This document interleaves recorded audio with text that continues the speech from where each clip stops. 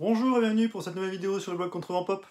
Alors aujourd'hui je vais vous parler de Disney et de Disney+, la nouvelle chaîne de streaming qui est sortie le 7 avril 2020 sur les plateformes. Donc Disney+, c'est le Netflix de Disney qui arrive. Ça coûte 7 € par mois, enfin 6,99 € ou de 70 € pour un an. Comment s'abonner? Pour s'abonner, on peut s'abonner par ordinateur.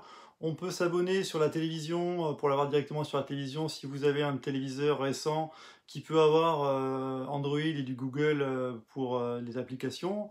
On télécharge l'application et après on s'inscrit en ligne dans le côté connecté de la télévision. Vous pouvez aussi avoir accès par PlayStation. Si vous avez une PlayStation, vous pouvez faire l'application et puis vous connecter. Canal+ aussi permet d'accéder à Disney+. Alors qu'est-ce qu'il y a sur Disney+? Eh bien, sur Disney+, il y a énormément de contenu. Il va y avoir beaucoup de tous les dessins animés de Disney, bien sûr, sur lesquels on va revenir pour voir un peu quoi regarder.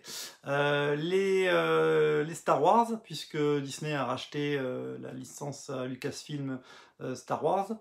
Donc les épisodes de Star Wars anciens et nouveaux et futurs, plus la série The Mandalorian, qui est la série dans l'univers de Star Wars, plus donc l'univers Marvel, puisque Marvel, pareil, a été racheté, donc tous les films Marvel, donc les Avengers, les X-Men, tout ça, et les dessins animés Pixar, bien sûr, pareil, qui ont été rachetés par Disney, donc tous les dessins animés Pixar, les documentaires du National Geographic, voilà, sur les animaux, tout ça, c'est assez intéressant pour ceux qui aiment la nature.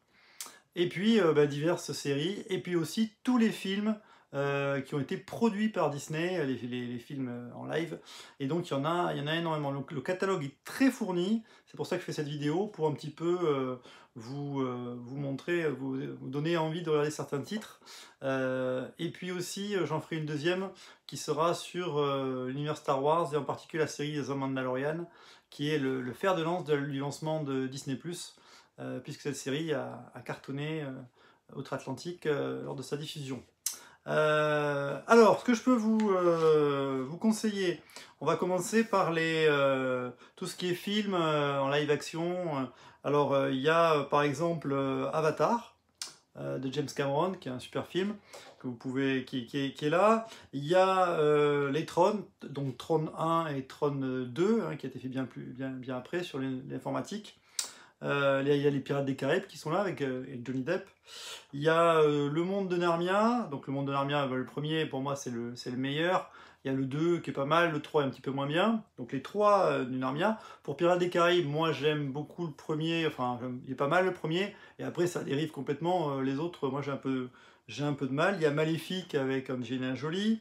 Il y a les Benjamin Gates avec Nicolas Cage qui sont sympas.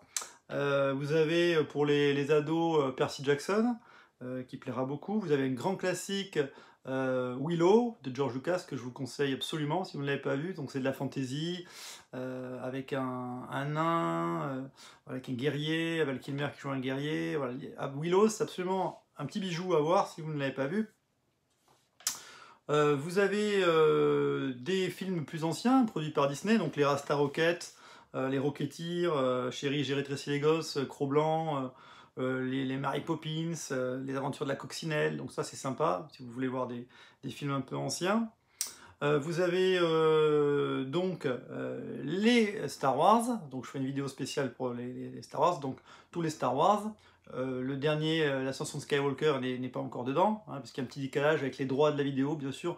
Vous verrez sur Disney+, tout ce qui est très récent, vous ne l'aurez pas, puisqu'il y a toujours le calendrier des sorties en France, avec le cinéma, plus tard les Blu-ray, voilà, donc il y a au moins presque 3 ans de décalage, 2-3 ans de décalage avec les nouveautés, donc ça c'est un petit peu dommage, parce que outre-Atlantique, ils les ont déjà. Voilà. Vous avez tout ce qui est Marvel, donc les Avengers, les X-Men. Je ferai une vidéo aussi sur les super-héros, les X-Men, les Avengers. Je vous conseille un vieux film, Le Trou Noir, pour ceux qui ne l'ont pas encore vu. C'est une sorte de film de science-fiction, voilà, avec un petit côté Star Wars. Moi à l'époque j'avais complètement adoré le vaisseau fantôme qui erre près d'un trou noir avec un explorateur qui arrive et qui tombe dessus, qui sont enlevés. Et, franchement, il a très bien vieilli le trou noir, la musique est super. Voilà, donc allez voir le trou noir. Je vais vous parler maintenant de tout ce qui est Disney. Donc il y a tous les Disney et les Pixar. Donc je vais revenir un petit peu sur les Disney. C'est un catalogue énorme. En plus tout est en HD. Vous avez de la HD, de la HDR, super qualité. Donc ça dépendra de votre débit après. Mais en tout cas, voilà, ça vaut vraiment le coup. Alors, un petit retour sur Walt Disney. Walt Disney qui est né en 1901 à Chicago et qui a créé l'empire Disney. Son premier dessin animé qui a été un triomphe, c'est Blanche-Neige et les 7 nains. Donc voilà, grand classique. On va les passer les uns après les autres. Ça c'était en 1937, Blanche-Neige et les 7 nains.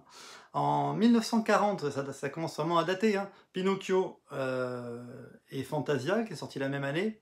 Deuxième dessin animé produit par Walt Disney. Ensuite, Dumbo, voilà, qui a eu un remake live de Tim Burton il y a peu de temps. Alors justement, les remakes live, je fais une petite parenthèse, moi j'ai pas accroché, hein. Ils ont fait énormément de remakes live, L'île de la jungle, Alice au pays des merveilles, Cendrillon, Le Roi Lion, Aladdin. Voilà. Et là, moi j'ai vu Aladdin, je me suis dit mais ça vaut pas le coup, hein. Franchement les dessins animés sont mieux et on revoit finalement un copier-coller du dessin animé en version cinéma, je vois pas l'intérêt. Donc voilà, là ils vont sortir Mulan pour bientôt. Moi personnellement je j'accroche pas et je vois pas trop l'intérêt du concept. Bon, ça fait des entrées, mais voilà. Donc Dumbo 70e anniversaire, c'était sorti. Ensuite Bambi, voilà. Bambi c'est pas mal quand même, mais bon c'est triste. Voilà. Cendrillon en 1950, ne rajeunit pas tout ça, hein. Ensuite Alice au pays des merveilles, 1951. En 53, Peter Pan. Alors, il y a des fans de Peter Pan. Moi, j'ai jamais trop accroché à l'univers de Peter Pan. C'est comme ça. Luke Spielberg, c'est pareil, ça me parle pas. La Belle au bois dormant, ça j'avais trouvé très beau. 1955. On continue avec les Disney. Les 101 Dalmatiens. Voilà. Alors Mary Poppins, c'est en 64. J'ai fait un saut dans le temps. Le livre de la jungle, c'est le dernier Walt Disney, où Disney était encore vivant.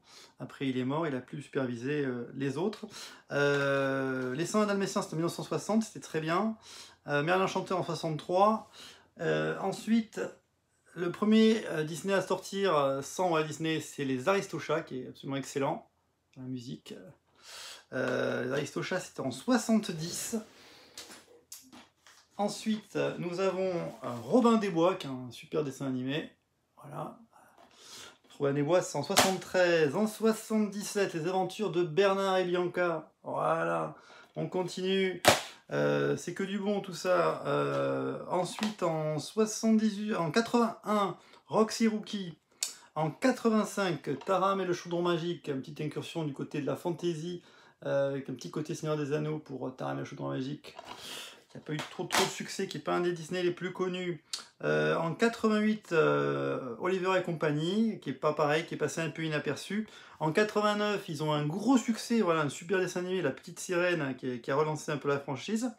Et dans les années 90, ils commencent à faire des numéros 2. Donc ils font Bernard et Bianca 2, ils vont faire, à chaque fois qu'ils vont faire un succès, ils vont faire une suite. Donc on va voir arriver plein de numéros 2. Certains vont sortir au cinéma. En grande majorité, ces numéros 2 seront de pauvre qualité d'animation, ils ne seront pas terribles. Et du coup, ça va un petit peu faire baisser le standard de Disney. Les gens vont un peu se détourner de Disney. C'est un peu la période où Disney va baisser. Ils vont sortir beaucoup de choses en vidéo. Et ils recherchent un peu un second souffle. Et ils vont le trouver en 91 avec des sorties absolument terribles. La Belle et la Bête. Voilà, un des meilleurs Disney. La Belle et la Bête en 91. Ils enchaînent en 92 avec Aladdin, qui est magnifique d'animation, voilà, avec le génie joué par Robin Williams. Ça c'est excellent, Aladdin, c'est un des meilleurs Disney. Et puis, la consécration, en 93, le carton absolu, le Roi Lion. Alors ça, ils vont en vendre des brouettes. Voilà, c'est absolument génial, le Roi Lion. C'est un dessin animé, c'est le meilleur dessin animé de Disney, qui va absolument cartonner. En 95, ils sortent Pocahontas, qui lui par contre ne rencontre pas le succès du Roi Lion, sur la légende indienne. Le Bossu de Notre-Dame en 96, pareil, ça marche pas. Ils ont un petit peu dans le trou à nouveau, Disney, après beaucoup de succès, parce qu'ils sont un peu ringardisés par l'arrivée de Pixar, et Pixar et Toy Story, et l'animation en 3D. Et donc Pixar, ils vont, à partir de 95, avec John Lasseter, sortir des films qui vont un petit peu révolutionner l'animation, et du coup, en 3D bien sûr, en image de synthèse, et du coup, Disney, avec leur crayonné, là, ils vont un petit peu prendre un coup de vieux. En 97, ils sortent Hercule, voilà, qui n'a pas non plus énormément de succès, qui est un bon Disney. En 98, le très bon Mulan, voilà, qui est aussi un très très bon Disney, la légende de Mulan en Chine, avec les invasions des Mongols, voilà, c'est très très bien. Des super chansons. En 99, ils prennent Phil Collins pour faire la musique de Tarzan, donc, qui a cartonné la musique de Phil Collins, le dessin animé est absolument super. Voilà. Tarzan, mais malgré tout, ils sont un peu dans le creux de la vague, et Dinosaures, qui font en image de synthèse, même s'il est très réussi pour l'époque graphiquement, esthétiquement, bon, il n'y a pas trop de succès. Dinosaures, c'est pas terrible. Ils enchaînent avec un bide qui est Cusco, l'empereur mégalo, qui est plutôt rigolo, voilà, un peu délirant, cartoon. À cette époque-là, Disney, il se cherche un peu. Ils essaient des choses, ils essaient de faire un dessin animé beaucoup plus adulte, avec Atlantide, l'Empire perdu. Ils font appel à Mac Mignola, par exemple, un dessinateur de comics. Ils font appel à des talents divers et variés. Ils essaient de faire un peu une aventure un peu plus adulte. Ça marche pas, Atlantide et l'Empire perdu. Ils ont par contre certaines réussites, comme en 2002, pardon, on est déjà en 2002, Lilo et Stitch. Alors ça c'est génial. Alors c'est Dean DeBlois et Chris Sanders. Ces deux-là on va les retrouver parce que c'est eux qui vont lancer après être partis de Disney, ils vont lancer la franchise Dragon. Et Dragon c'est absolument génial, chez DreamWorks, Dragon 1, Dragon 2, Dragon 3, qui vont absolument cartonner. Voilà. Donc là, Lilo et Stitch retrouve un peu cet univers de Dean DeBlois et Chris Sanders, et il est absolument excellent sur cet extraterrestre qui détruit tout, qui arrive sur Hawaï. Voilà, c'est très décalé, c'est très bon, Lilo et Stitch. En 2003, toujours on essaie de trouver des recettes. La planète au trésor, adapté de le roman de Stevenson, L'île au trésor. Voilà, ils font un petit peu une version moderne. C'est très joli, mais ça marche pas. Ça marche toujours pas. Frères des ours, après, en 2003, toujours Disney est dans le creux de la vague. Et là, ils se disent, ça marche plus, on n'a plus de succès, on n'arrive pas, donc on va essayer de faire, comme Pixar, hein, parce que Pixar, il nous cartonne, on va essayer de faire de l'image des dessins animés en 3D. On abandonne l'animation classique. Et là, ils font La Ferme Urbaine en 2004, Chicken Little en 2005, The Wild en 2006, Bienvenue chez les Robinson en 2007. C'est que des bides, ça marche pas, et du coup c'est pas sympa, on s'en souvient même pas de ces dessins animés. Voilà, ils sont pas le côté Pixar. En 2006, ils rachètent Pixar, du coup, tant qu'à faire. Voilà, ils le distribuaient, donc tant qu'à faire, ils le rachètent, et ils prennent John Lasseter, la tête pensante de Pixar, à la tête de Disney. Et ça se voit dès 2008 avec le dessin animé Volt, qui est sur un chien qui joue dans des séries, et qui pense avoir des pouvoirs alors qu'il n'en a pas, qui est un acteur en fait. Et Volt, c'est véritablement un Pixar chez Disney. Voilà. On a typiquement l'animation de Pixar, le style Pixar chez Disney. Le dessin animé est absolument super réussi, il y a du succès, mais on a l'impression de voir du Pixar et pas du Disney. En 2009, John Lasseter, il dit, moi je veux relancer le vrai dessin animé de Disney, avec du vrai dessin. Donc ils sortent La Princesse à la Grenouille, qui est très réussi, avec des chansons. Il remet des chansons à l'ordre du jour, il n'y en avait plus, maintenant il y en a. Voilà, avec la Louisiane, les bayous, et une très belle animation. Donc ça fonctionne, ça a du succès, ça relance un peu le secteur animation de chez Disney. Et en suivant, ben, ils sont repartis. Ils vont sortir en 2010 Réponse, qui est un des tout meilleurs Disney. Voilà, Réponse qui est complètement réussi, de la légende de Rapunzel. Voilà. Donc ça c'est génial, Réponse, c'est un des meilleurs Disney. Et puis en 2012, Les Mondes de Ralph sur les jeux vidéo, la culture geek. Et surtout en 2013, ben, le carton absolu à nouveau, après Le Roi Lion, c'est la Reine des Neiges qui a tout cartonné. Et bien la Reine des Neiges, voilà, elle arrive, libérée, délivrée, avec énormément de chansons, voilà, très surprenant.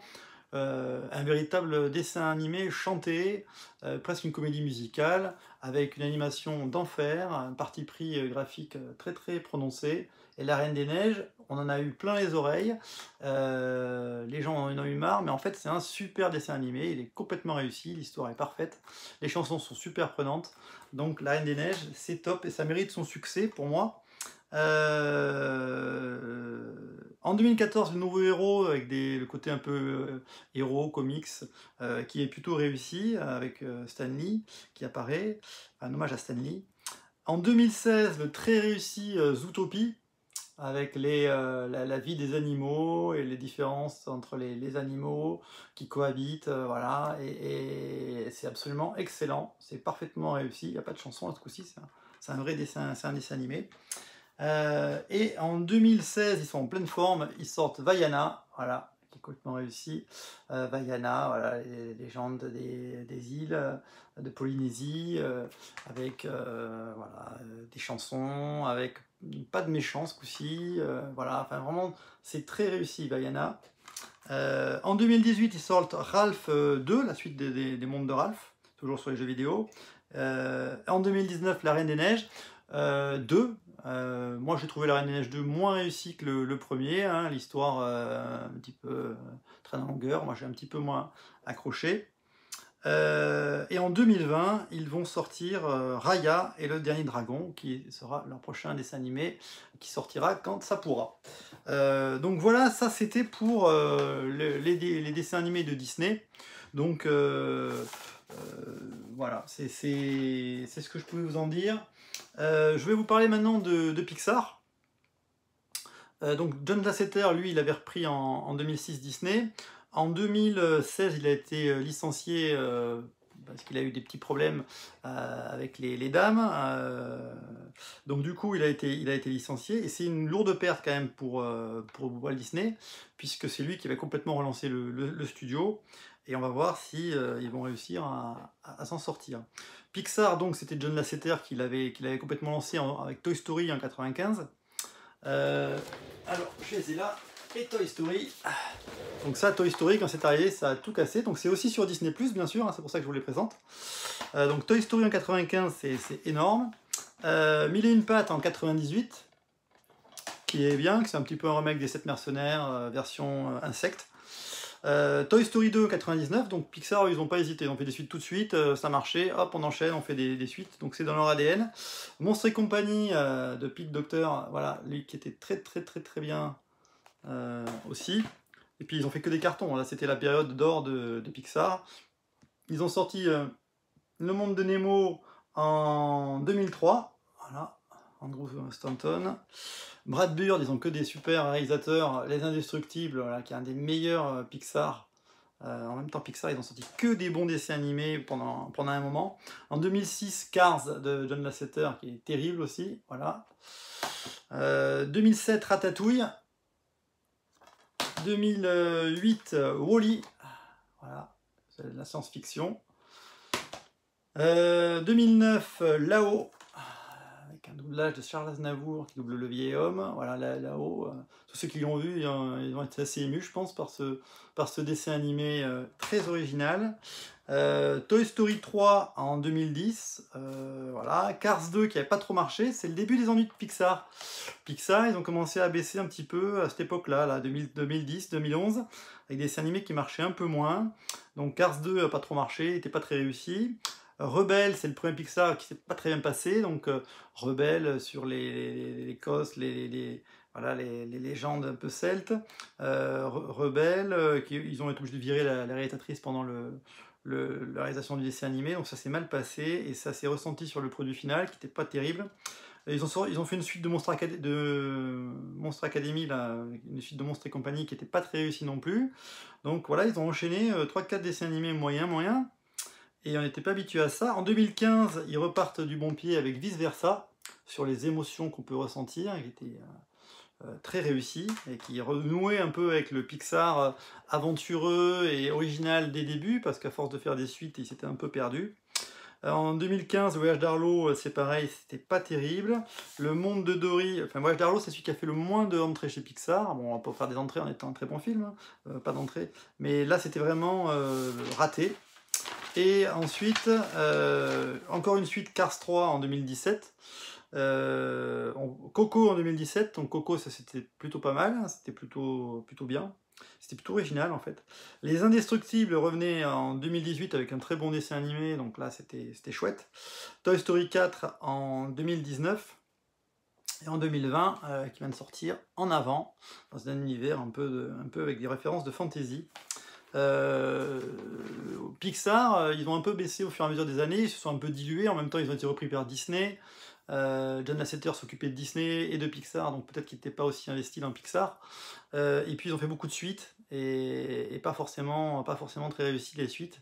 Manque un peu d'originalité, alors qu'au début c'était vraiment leur marque de fabrique. Donc les Pixar, vous les avez sur Disney+, tous, et vous avez aussi tous les courts-métrages. Alors là ils sont excellents les courts-métrages, parce que justement ils sont originaux, ils font appel à de nouveaux talents à chaque fois, ils sont hyper inventifs, donc tous les courts-métrages, allez les voir, franchement c'est absolument génial. Voilà ce que je pouvais vous dire pour tous ces Disney et ces Pixar sur Disney+. Je vais vous faire une autre petite vidéo sur l'univers Star Wars et vous parler de The Mandalorian, la série Star Wars. Et je ferai peut-être aussi une vidéo sur les Marvel et les X-Men que vous retrouvez aussi dans Disney+. Voilà, j'espère que je vous ai donné envie d'aller regarder tout ça, au moins de regarder les Disney. Voilà, n'hésitez pas à mettre dans les commentaires un petit peu les Disney que vous préférez, ou les Pixar, et voilà. À bientôt pour une nouvelle vidéo.